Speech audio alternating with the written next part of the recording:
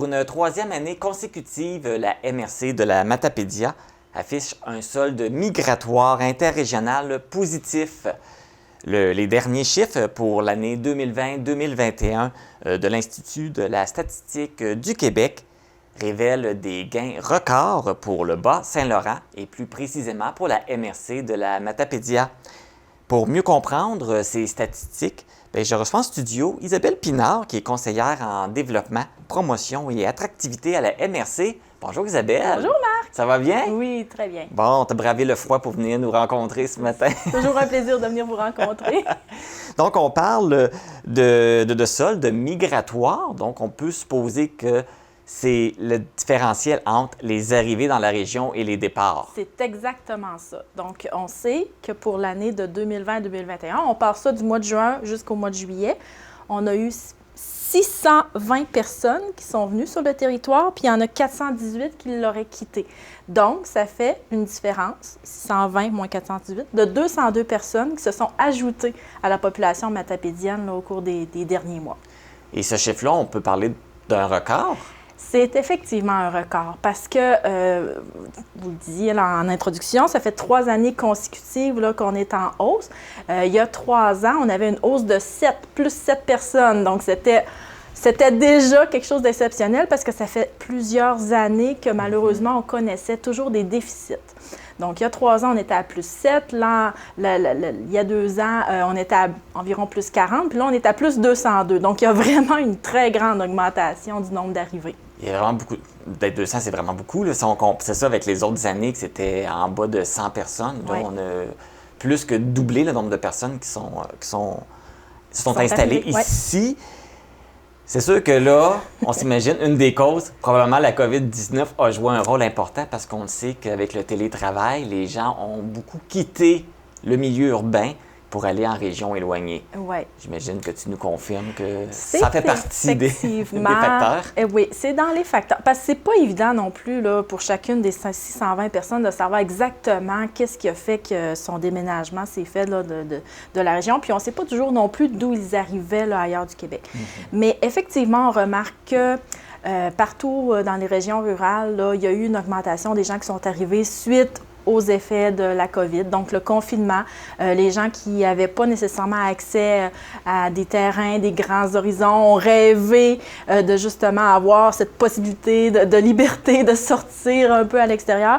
Et pour plusieurs, ça a accéléré la décision de faire le fameux move, là, de se dire, bon, OK, on s'en va, on quitte la ville et on s'en va en région.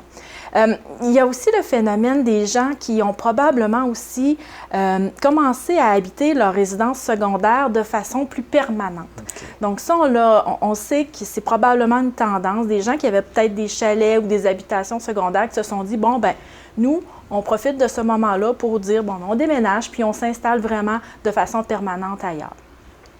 Il y a toujours aussi, bien sûr, les gens qui souhaitaient de toute manière quitter la ville pour venir en région. Donc ça, il y en a toujours eu aussi. Ça a assez poursuivi aussi comme mouvement. Fait que aussi dans les autres facteurs, parce que là, on parle aussi de la COVID, mais pas juste de la COVID, c'est quoi les facteurs principaux aussi qui peuvent attirer les gens dans la région? Bien, c'est clair que l'emploi, c'est toujours ce qui attire en premier les gens là, pour venir dans un nouveau milieu. Ce qu'on travaille beaucoup aussi, c'est de mettre en valeur notre territoire parce que partout ailleurs au Québec, dans toutes les régions, même en région urbaine, il y a des demandes très fortes au niveau de l'employabilité. Donc, actuellement, les gens qui sont en recherche d'emploi, ils ont la possibilité de s'établir pratiquement partout. Ça fait que c'est nous ce qu'on essaie de vraiment mettre de l'emphase, c'est sur notre environnement. Qu'est-ce qui ferait que, oui, tu peux venir travailler, mais tu vas venir t'établir, puis tu vas aussi vivre quelque chose d'intéressant aussi en dehors de ton travail. Donc, c'est là-dessus aussi qu'on essaie beaucoup de travailler. Puis c'est là-dessus aussi qu'on remercie toutes les personnes, les communautés qui mettent de l'avant des actions pour rendre les milieux dynamiques, toutes les actions au niveau famille, au niveau aîné. Chaque geste qui fait que c'est agréable de rester dans une collectivité fait que ça contribue justement à l'arrivée de nouvelles personnes puis à ce qui demeure sur notre territoire aussi. Oui, puis comme tu mentionnes, c'est important parce que la personne a beau dire « je viens ici pour le travail », mais il arrive une fermeture d'usine ou il arrive pour n'importe quelle raison, la personne perd son emploi, bien, avoir le goût quand même de rester ici et de se trouver un autre emploi ailleurs sans dire, ben là, j'ai plus d'emploi, j'ai plus rien, alors je m'en retourne. Oui, puis souvent aussi, ça peut être une décision familiale. La personne, des fois, n'est pas seule, elle peut arriver en couple, elle peut arriver avec des enfants, donc ça devient une dynamique aussi. Il faut que tout le monde de la cellule se trouve bien aussi dans son milieu, là. Donc, c'est un beau défi. C'est toujours des grands défis d'attirer une famille, d'attirer des gens à venir, puis surtout de faire en sorte qu'ils se sentent bien sur le territoire, qu'ils décident de s'y intégrer et d'y demeurer. Et avant qu'on commence l'entrevue, tu me parlais aussi que cette année, c'était spécial, c'était une première année, au niveau démographique. Bien oui, c'est ça, c'est ce qu'on remarquait aussi. C'est sûr que là, on parle des estimations de population. Il faut attendre officiellement les décrets là, de l'Institut de la statistique du Québec pour vraiment dire, OK, voici la population officielle de notre territoire.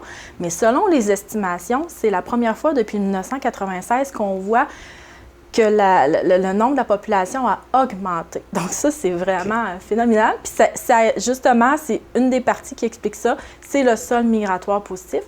Parce que malgré tout, on sait que notre région est vieillissante et notre démographie au niveau de l'accroissement naturel est négatif. C'est-à-dire que malgré le fait qu'on ait quand même des jeunes, que le taux de fécondité soit très élevé, on a quand même plus de décès que de naissances. Donc, au niveau de l'accroissement naturel, c'est en décroissance. Donc, le fait que de nouvelles personnes viennent s'ajouter, c'est ce qui explique qu'on a eu un rebond puis une augmentation de la population dans la dernière année. Ça fait que ça vient les nouveaux arrivants viennent compenser pour les pertes parce que, bon, c'est le cycle de la vie, hein, c'est sûr. On va quitter un jour, fait que ça prend... Si on peut dire ça comme ça prend de la relève, des gens qui vont poursuivre la vie ici. Justement, d'ailleurs, on parlait d'attractivité. Il y a un service à la MRC dans lequel tu fais partie, justement. Fait que pouvez-vous nous parler un peu de ce service d'attractivité-là? Et ça fait combien d'années que ça existe?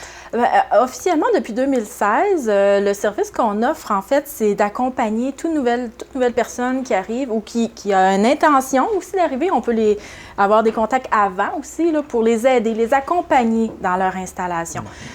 Particulièrement, moi, je m'occupe des plus de 36 ans et toutes les personnes qui n'entrent pas dans les critères de Place aux jeunes, parce que Place aux jeunes demeure notre partenaire privilégié là-dedans. J'ai aussi un collègue qui est Alexandre Lavoie, qui, lui, s'occupe vraiment du recrutement. Donc, lui, il va travailler plus avec les employeurs et il va plus voir à faire de l'arrimage entre, justement, qu'est-ce qu'on recherche comme emploi et qu'est-ce qu'on a comme possibilité d'emploi sur le territoire. J'ai eu la chance de travailler avec toi, parce que moi aussi, ça fait même pas un an que je suis arrivé dans la région. Je suis pas encore dans les statistiques. Non, tu vas l'être dans l'année prochaine. J'espère qu'ils vont être encore positifs. On vous le souhaite. Et à quoi ça ressemble? Est-ce qu'il y a des tendances? Avec les chiffres qu'on a, est-ce qu'on peut prédire un peu les tendances pour la prochaine année? Bien, c'est sûr que ce qui est un peu toujours nébuleux, c'est l'impact des mesures sanitaires puis de la COVID sur notre situation. Donc, est-ce que le mouvement, la tendance du retour en région va se poursuivre? Ça, il est peut-être encore un peu tôt pour le prévoir. Mais ce que ça l'a amené aussi, c'est au niveau du travail et du télétravail. Donc, on voit aussi que de plus en plus, les entreprises songent à intégrer le télétravail, même s'il y a retour à la normale. Donc, est-ce que ça aura une influence justement sur des gens qui, peut-être au niveau de leur travail, ne pensaient pas pouvoir occuper un poste dans la région, mais pourront le faire à distance. Donc, ça pourrait être une opportunité pour nous, une tendance qu'il faut qu'on surveille. Ça, c'est certain. Parfait. Bien, merci beaucoup, Isabelle. C'est fort intéressant. Bien, merci beaucoup de l'invitation. Et on invite les gens, s'il y en a qui cherchent une région pour venir habiter, bien, ici dans la vallée de la Matapédia, c'est vraiment très beau. C'est vraiment un bel endroit. Donc, on vous encourage à venir vous installer, puis un beau service pour vous accueillir, puis vous aider à vous intégrer.